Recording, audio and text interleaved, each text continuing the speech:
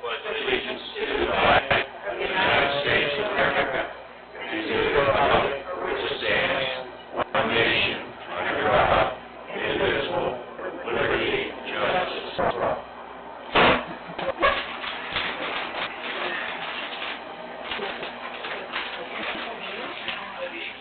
Well, they did. I checked all three of them out. Roll call. Victor. Keeler. Yeah. Jordan. Here. Davis. Here. Bridge. Here. Pittman. Here. This time I'd like to have any visitors address council.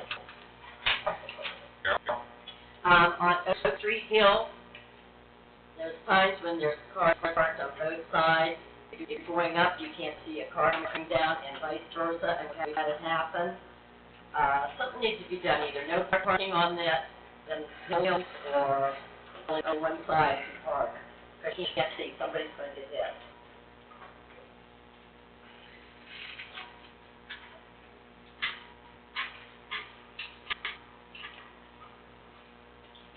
We don't have anything else to address.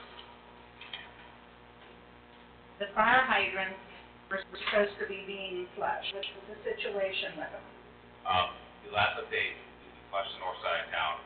We have to replace our PRV valves, which regulate the flow on the south side of town. So those are completed before we flush this. So, and we replaced, I think we're working on one of them. One of them was rebuilt, and then we're working on the other one. So, once that one's done, then we start the process again. And I have another question. When did you stop using the siren for curfew at 10 at night during the school time and 11 o'clock at night during weekends? And why was it stopped? That's a question I will have to look into. That's not recall. Several years ago. Several years ago. Right. That burn up the. And the thing is, did it do any good? And if it did do good, why not reinstate it? Part of the reason that they used the secondary sign for that is it had the age of it and that it went down.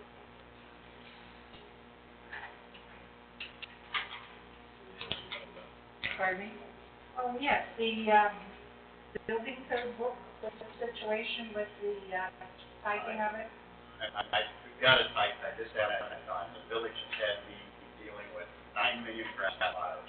Okay. And, fortunately, Kevin has kept me really busy as of late. But Heather did type it, it's just a matter of, I have to approve the original draft, the second draft, page by page. Oh, yeah. And that takes a long time, you know. And I've gone through about half of it, you know. Anything else? Yeah, at this time I'm going to have Tom Bush come up. He's with the Columbia County Solid Waste District. A couple weeks ago, council asked for some information on trash hauling. Tom contacted me, and he's just going to address you about some concerns, a couple other things. All right. Just got a handout for everybody here on council.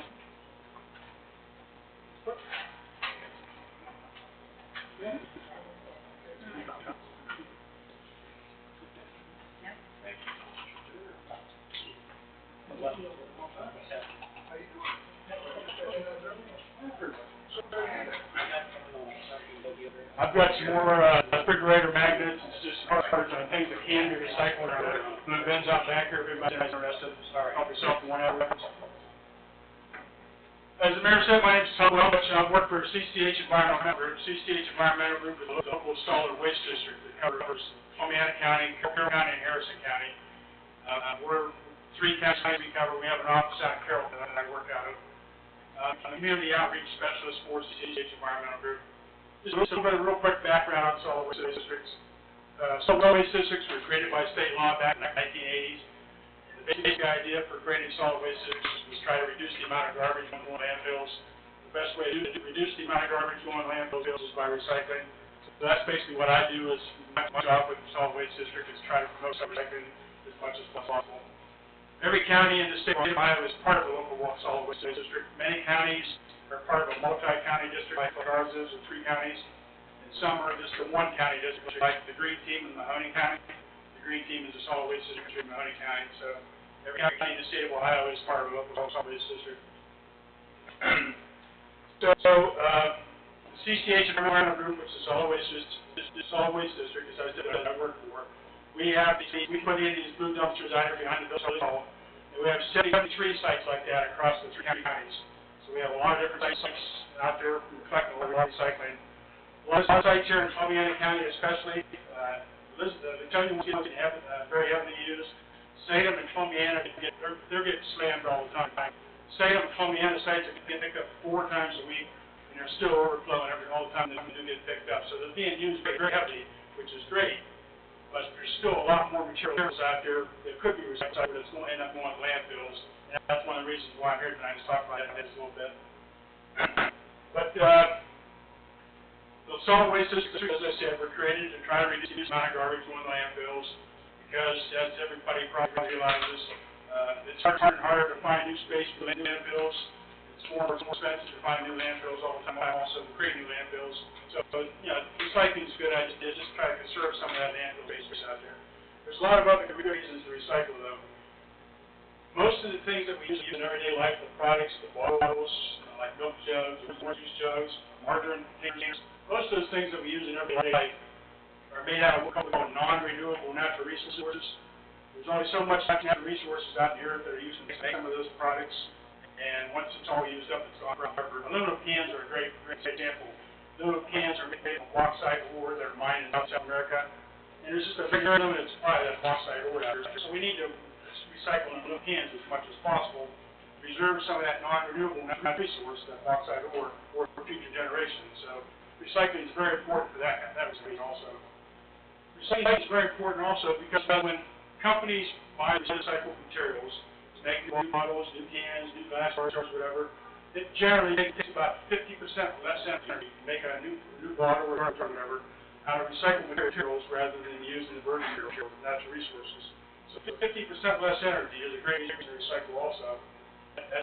Hopefully a lot of times that comes back on us as a consumer when we're buying those products. It takes 50% less energy to create a new product. So that's less cost, of course, so hopefully the company can pass that savings on to the consumers also. So that's another great reason to recycle. Another great reason to recycle is there's a lot of jobs created in the recycling industry. So there's a lot of good reasons out there why we need to be recycling, and we should be recycling as much as possible. You might have saw in the news in the last year or so, the solid waste district, we had a contract with Kimball Company before. Kimball was in all these sites, like the one out back here, 73 sites across the 3 counties. Kimball was operating collecting this material for us in the past. And then at the last year, the 1st of August of last year, we decided not to renew a contract with Kimball Company because their price was increasing considerably. So, starting the 1st of last year, we bought our own trucks, our own drivers, and we're collecting materials ourselves at 73 sites across the 3 counties now. It's working out pretty well, but one of the biggest problems with these type of collection sites out here is contamination. The cards I passed out are one of the things that can be or should be placed in these recycling bins out here. But we get an awful lot of stuff placed in these bins that cannot be recycled. We get everything from garbage, just plain old garbage, to a lot of different plastic things that cannot be recycled. We've had dead animals in some of these bins in different places. I mean, this is really crazy. Probably I would say, just a guess, on average, I bet you 30 to 40% of what we get out of one of those bins on average is probably garbage, contamination, something that cannot be recycled. So that's a huge problem in these collection sites. So we have a contract now, we have our own trucks, our own drivers. We have a contract now with Kimball Company and also High Valley Waste. When we collect material from these containers, we can take to one of those 2 companies. Kimball has a transfer station in Carrollton, where we take a lot of material from Harrison County and southern part of Carroll County. Most of the materials from northern Carroll County, Columbia County, goes up to Ohio Valley Waste site up in Girard. So those 2 transfer stations will take the material too. A lot of people have a mistaken idea that we're getting paid for all those recycled materials that's going to Kimball and going to high value waste materials coming to these sites. Actually, the reverse is true. Since last August through the first part of August coming up, we're going to spend well over $200,000 just so Kimball, just high value waste, will take those recycled materials from us.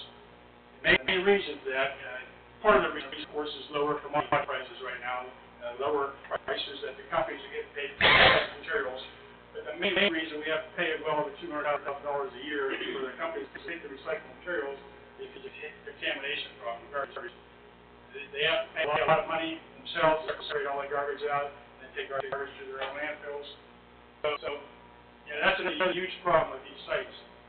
So I know council in the recent past has talked about the idea of a possible contract with a single garbage company to do garbage hauling in the city, in the village. So that's why I'm here tonight, maybe talk about this a little bit, discuss some of the pros and cons of it.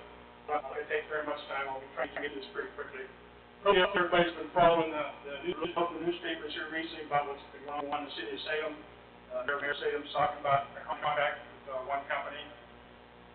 Then he just a little later after that first article in the paper, he came out with the idea of a preferred garbage hauler, preferred option for one garbage hauler. I had never heard of that option before, but it sounds like a really good idea. Because one of the biggest objections a lot of people have is going with one contract, one company, for the entire village or the entire city. One of the biggest objections most people have is taking away their choice as garbage hauler. People don't like to lose that choice. So if you have that preferred option, contract one company for a preferred hauler, that might alleviate some of those concerns about taking away choice. So I'm hoping that might be something you could possibly look into in the future. So curbside, you have a contract with one company, whether you do it just, one company does the entire town, or you do it preferred hauler option, whichever way you decide to do it, if you decide to do it, of course. Generally, when you look at these contracts, a little bit of research I've done on these contracts across the state and other places across the country where they enter into the village or cities enter into a contract, the price for residents' garbage, the garbage bill goes down overall because you have a lot of clients in a fairly small area in one town, in one village, the economy of scale, so the garbage companies can afford to get a lower contract price for the residents of the village or the town for garbage. And a big plus with that, most often, not always, but most often, when a village or a city enters into a contract with somebody, they include curbside recycling along with the contract. And for a reduced price versus what you're paying previously for your garbage, now you can get, in general, I'm just talking in general terms, now you can get a reduced price for your garbage, which includes curbside recycling, and most often includes large pickups along with your garbage on the curb, like couches and chairs and mattresses and that kind of thing. And a lot of times it includes yard waste also, grass clippings, large branches, and that kind of thing. So the contracts that different villages and different cities do with one garbage company they're all a little bit different. They're all negotiable for what you get in the contract. But in general, you can get those things in the contract at a reduced price. And you don't have 4, 5, 6 garbage companies operating within the village or in the city of Salem and same with other places. So you have a lot less truck traffic on your streets, a lot less wear and tear on your streets. You have a lot less noise from heavy trucks. So there's some good ideas, good things that can happen with the contract one hauler. In general, when a village or city enters into a contract, they usually do a long-term contract, like maybe a 3-year contract. So over a longer period of time, you can keep the price down for your garbage and for recycling. Sometimes there's a lot of good pluses to get an idea. When I first started out this job, a little over 2 years ago, I talked to the city of Salem at that time about the idea of doing curbside recycling, and the Salem City Council had a committee the whole meeting, and I attended, and a couple of people I worked with also. And there was a large, well, I shouldn't say large, but there were some citizens there that were very vocal against the idea. Said because of taking away space, because you're taking away your choice. And that seems to win a lot of times, but as I talked about earlier, the articles that have been in Salem newspapers here recently, through the following that, just, what was it, this 2 years ago, I think it was, on the front page of the Salem News, they do a local poll every day. It's a non-scientific poll. And the question a couple days ago was, do you support the idea of having a contract back with a single hauler, the city for a preferred, garbage hauler plan, and 57% of the people in that poll supported the idea, which I think is a great basis to build upon. Talk to people a little bit more, educate people about what you can do with the single hauler contracts, all the benefits of it.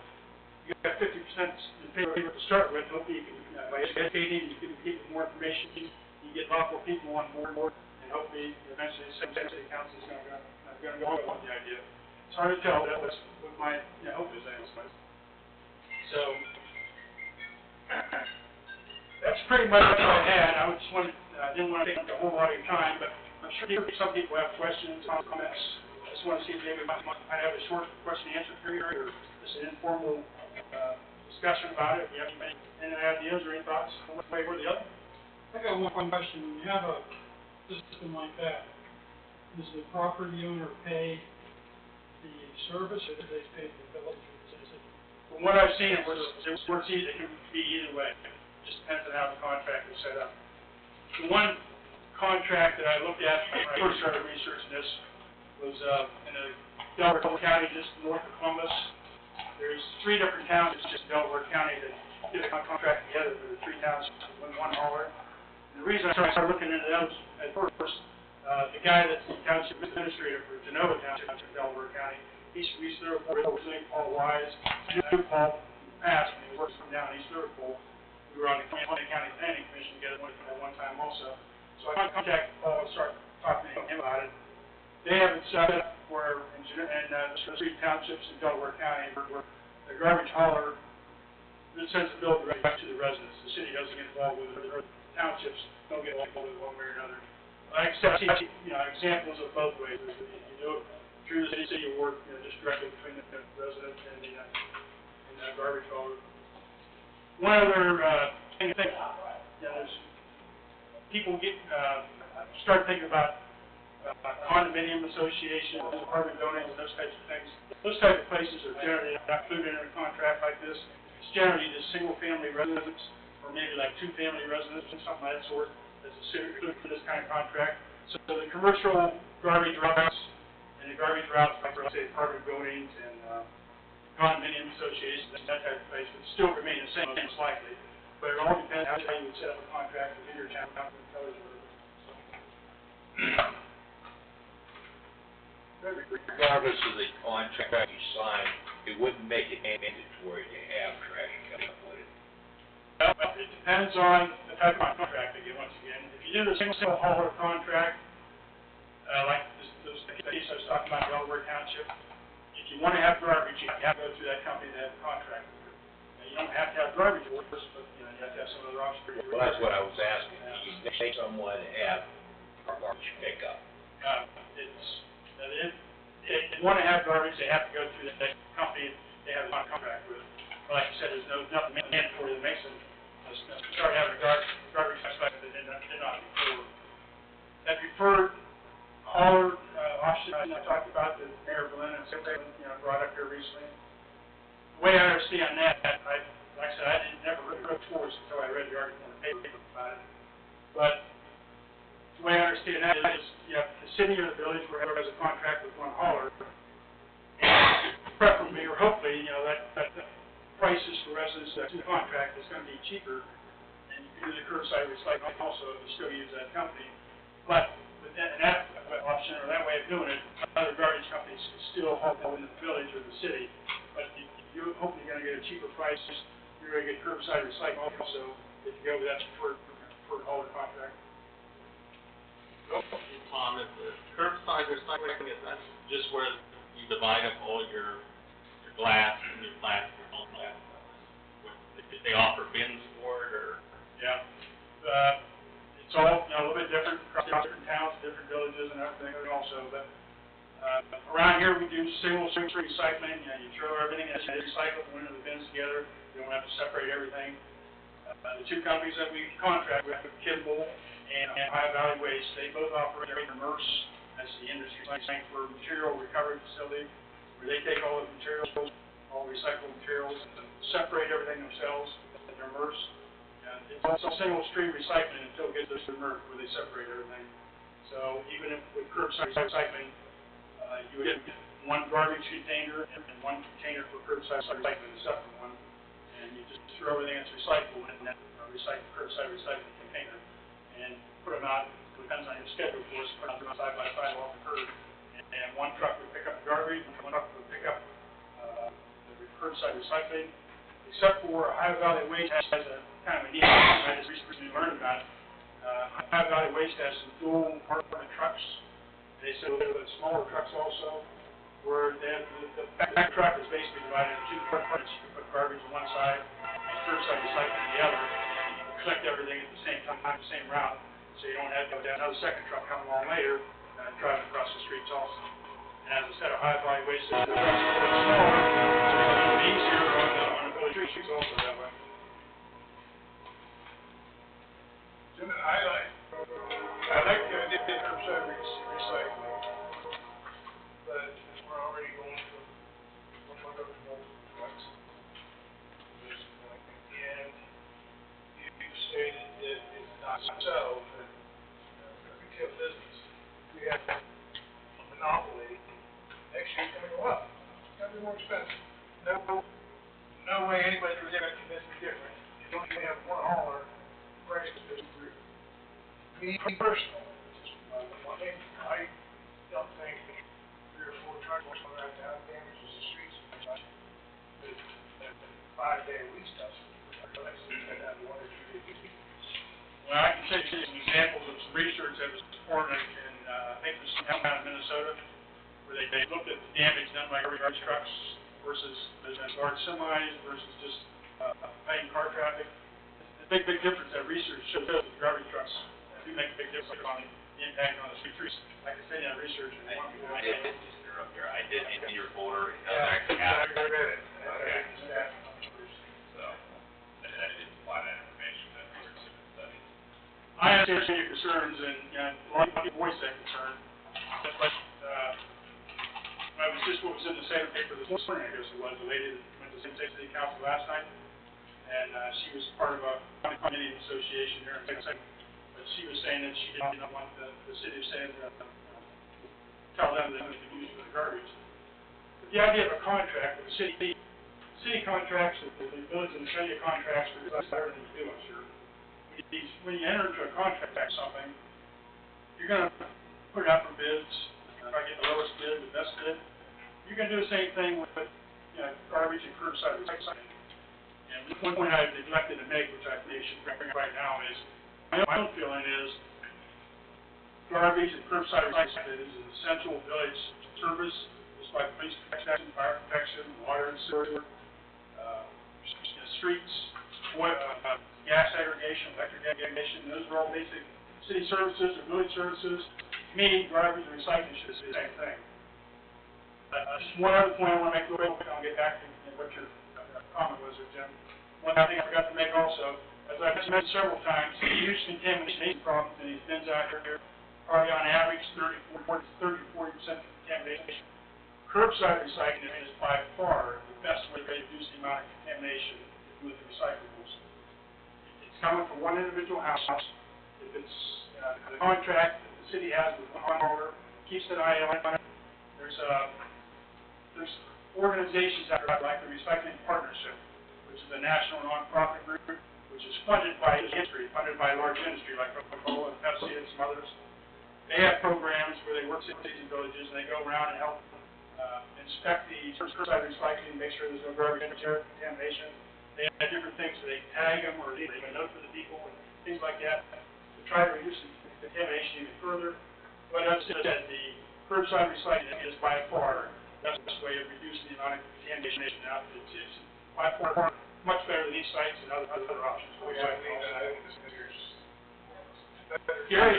Gary does a great job keeping our eye on this site for us. We have one guy for our solid waste district who works full-time, 5 days a week, just drive around these sites, pick up the garbage and everything that's laying around. Cannot go in the recycling truck. There's a large problem. As I said, curbside is by far the best way. So I talked about these reasons to recycle, other reasons. Curbside recycling is the best way to do it. Lots of contamination. I think, as I said, a village or city, any kind of thing you're gonna do, you're gonna buy whatever, any kind of service you wanna get, you're gonna enter into a contract. And as I said, big garbage or recycling should be the same thing. You're gonna negotiate for the best price, you're gonna negotiate for the best price, the best contract, and you're gonna, in the contract, you're gonna be able to set the price for, maybe a 3-year term, if you have a 3-year contract. And then the other haulers around, if they want to try and get in on the action, they're gonna try to reduce their bid in the future, I'm sure. Obviously, anyways. That's the way I look at it.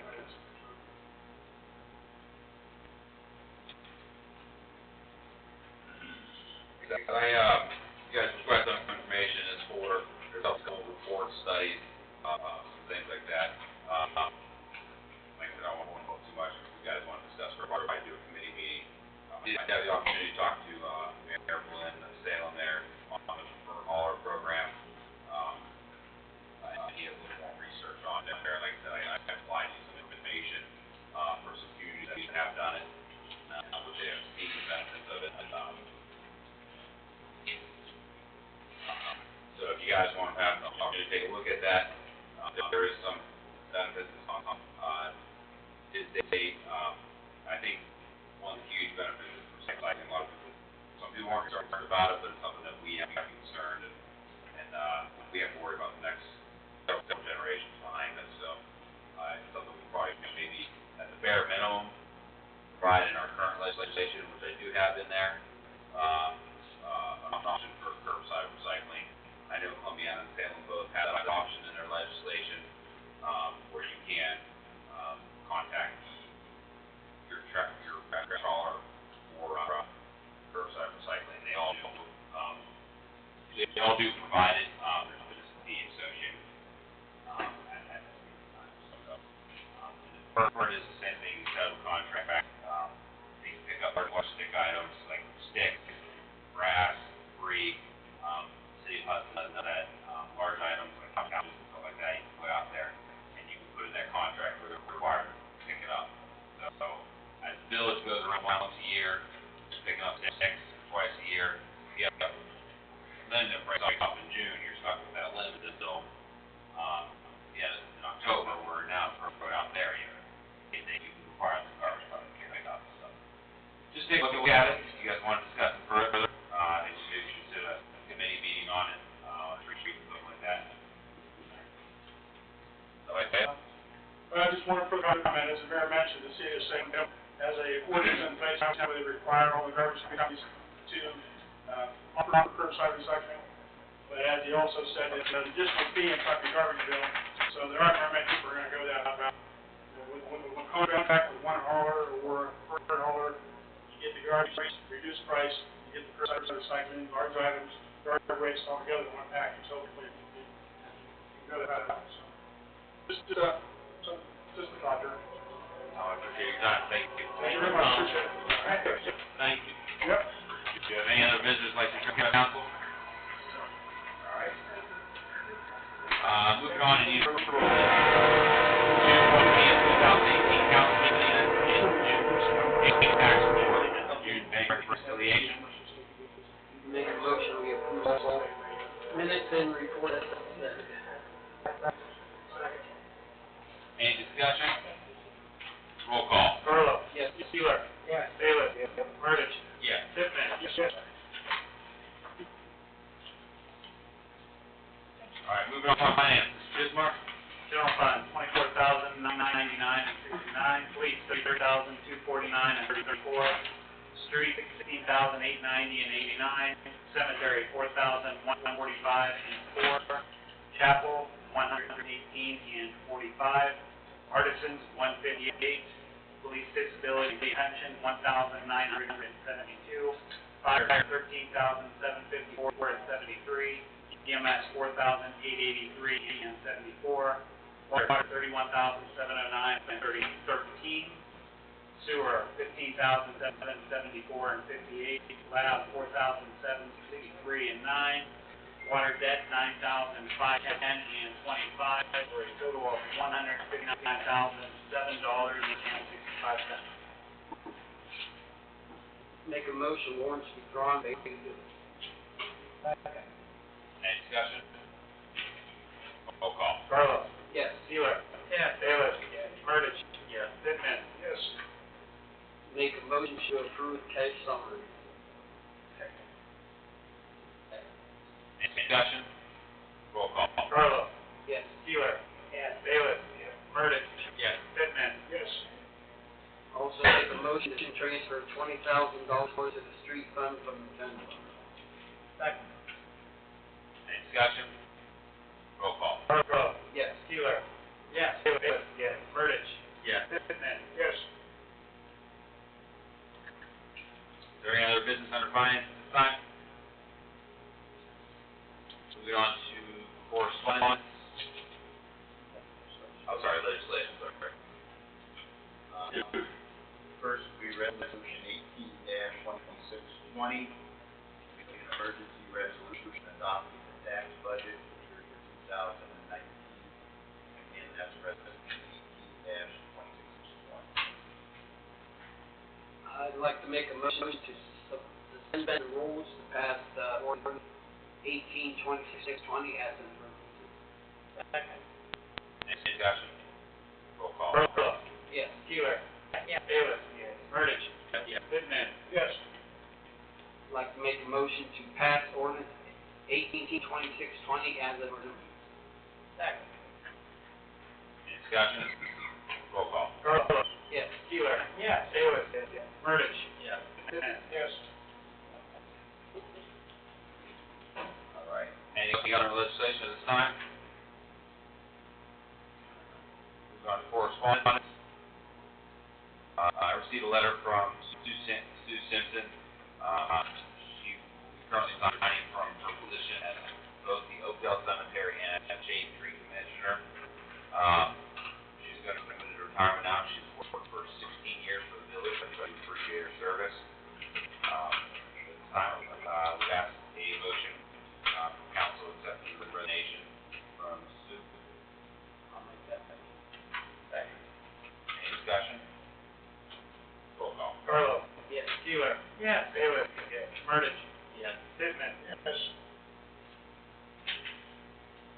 All right. Moving on to committee.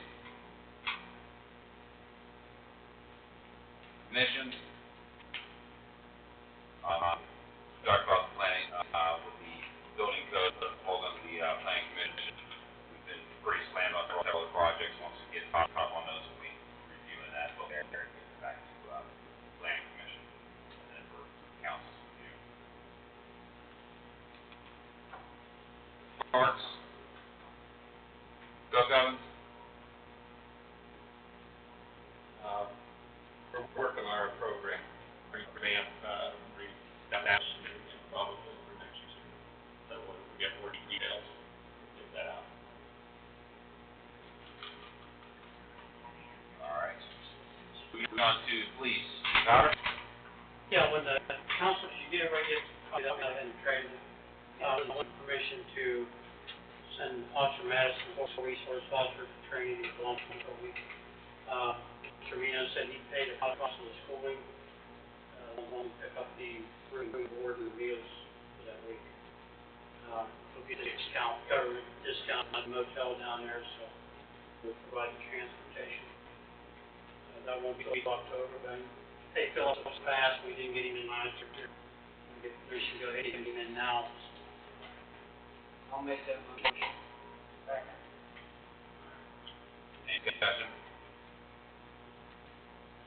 That is basically with the board down there. Yes, yeah, we'll send him in a company car, I mean, that's just our.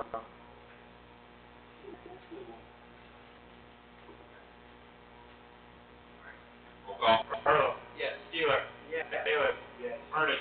Yes. Pittman. Yes. Thank you. Anything else? No, that's all I have. Move on to fire. Chief Hefner.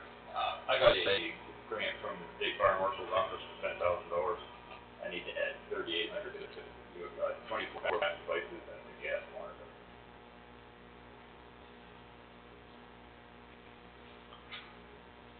Need a motion for $3,800. I'll make that motion. Any discussion? Roll call. Carlo. Yes. Keeler. Yes. Bailiff. Yes. Burdick. Yes. Pittman. Yes. Anything else? That's all I got. EMS.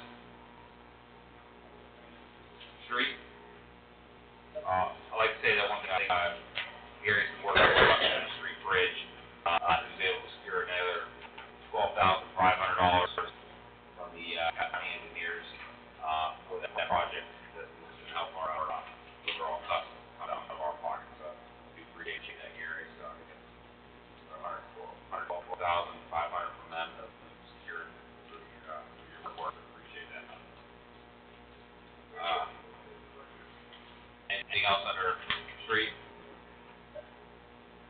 Cemetery chapel, that Sue's stepping down, we can take applications for the position of a cemetery, clerk. They need to be mailed to the village of Plutonia, here at East Main Street, just attention, cemetery board.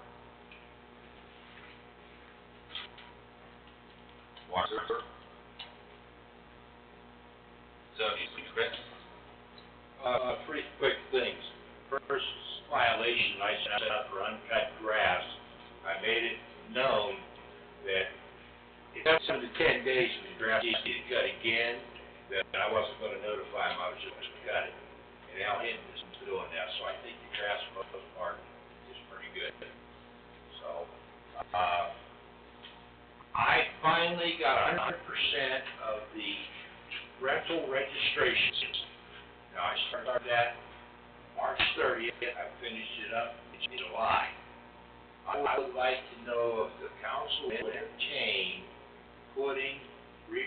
revamping that ordinance and putting a penalty if it's not paid in a prescribed time.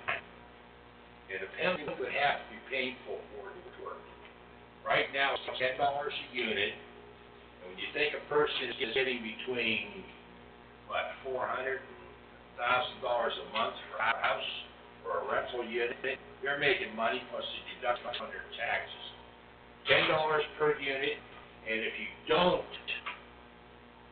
have it paid and registered in prescribed time, $50 a unit.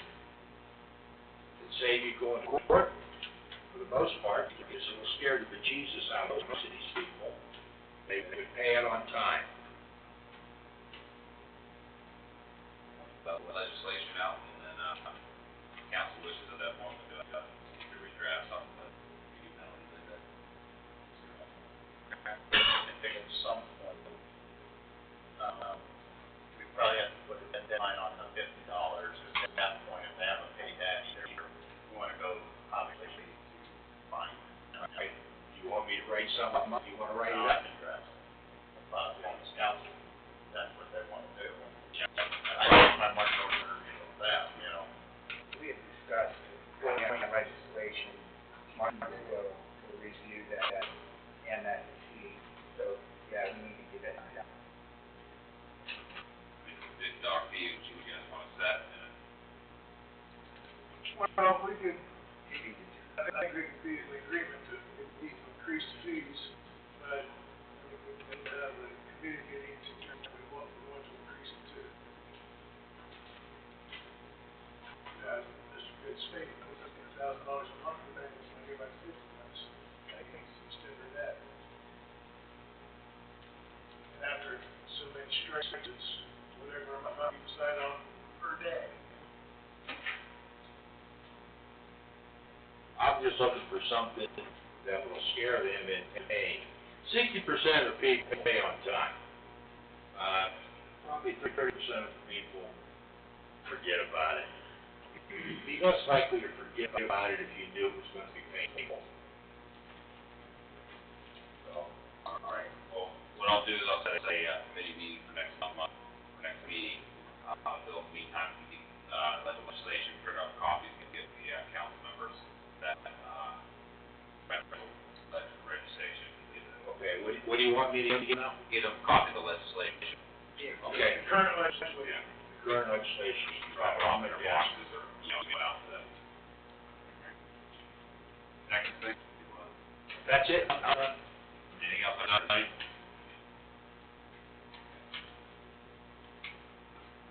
Tree.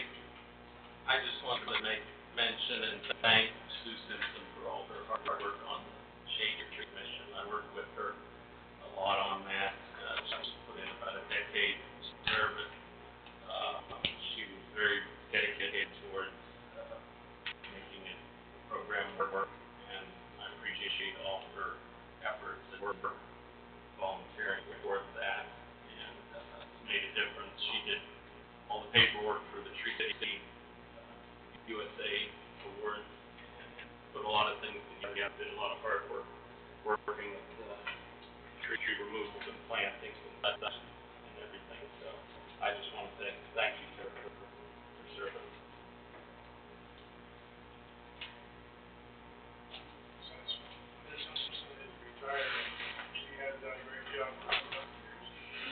And you're having an appropriate, thank you very much for the gender, flexible, branding, it's just really good.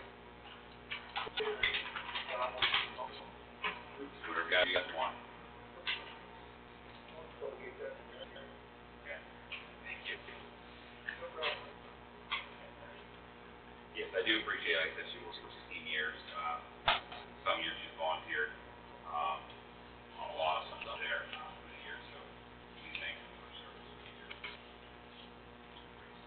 All right. Moving on to miscellaneous. Probably not as good a time as any to bring it up.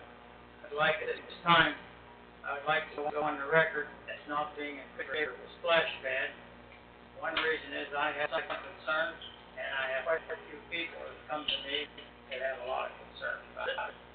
And I have about 8 or 9 questions here that I'd like to be answered, but I'd like to wait till we have full council to bring them up, to have them all answered, if that's possible. Sure. Thank you. All right.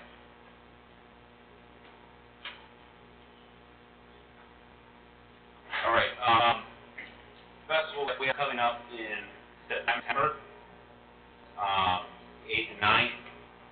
Myself and a few people we've been working with, a couple organizations, and we've talked to a lot of local craft breweries, and they want to help support this event too. So what we're doing is looking to set up a permit, get a permit. I need authorization from council to allow us to do this. But we'll set up a permit. All local breweries from around the area, around the state, can come up and set up. They'll do tastings. You can buy beer there. This isn't, you're not going to be able to go buy Bud Light or Anheuser-Busch. This is craft beers, local breweries. All the funds, all the proceeds will then be turned over to the village. So the only thing that will cost the village is nothing. They just need the motion, we got the approval. The CDC Boggs Philanthropic Foundation is a nonprofit who's going to be sponsoring this organization. So they'll cover all the costs. We do this, and like I said, we're done, they'll donate all the proceeds back to the village parks. The village wanted to go on record as far as getting a permit for alcohol. Yes, and have 2 permit, that we will take care of, the nonprofit will take care of. I just need, because this is at our parks, I need community park, not the other parks. I need permission from council to be able to do that. A couple other areas got to clear up, which I will touch base with you guys on that one there.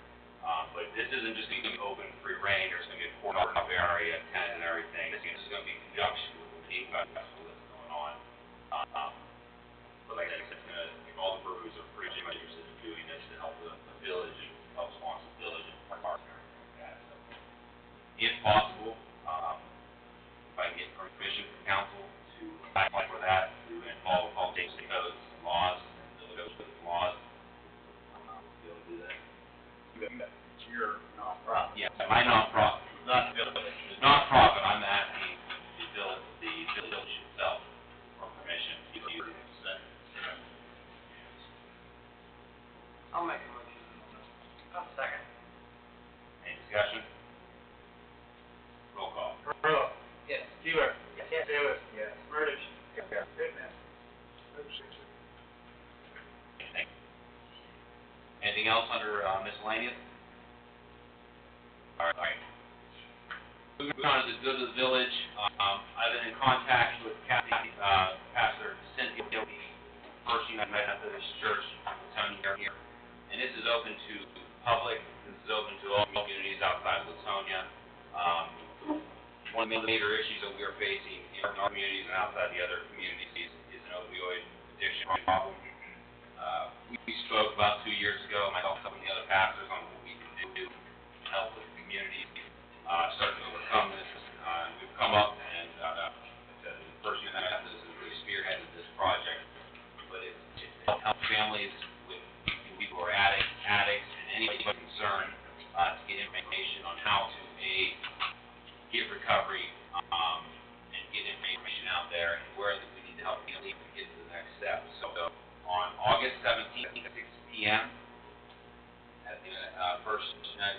Church there, and we'll be holding a concert there. It's gonna be, free concert to everybody. This goes out to not only residents, it goes out to Columbia, and any members of our county, or anybody who's, has concerns with opioid addiction.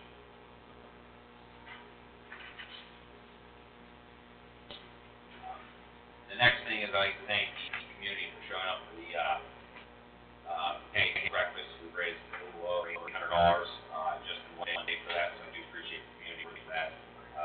Kate, and, I also appreciate volunteers, who showed up and, slaved away in the hot kitchen, to help out. You know, it's without volunteers, a lot of these projects that we do in this community, when we get done, these little projects that really help make a difference.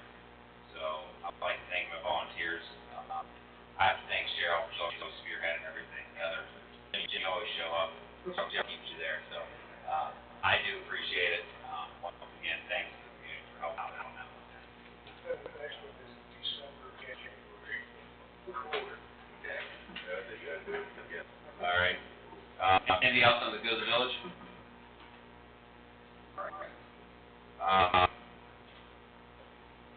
Would council like to hold a committee meeting for zoning, next meeting, before next meeting?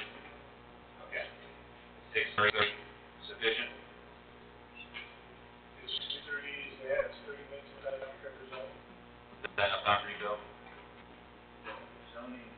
We're just gonna buckle our tongues on the number. Yeah.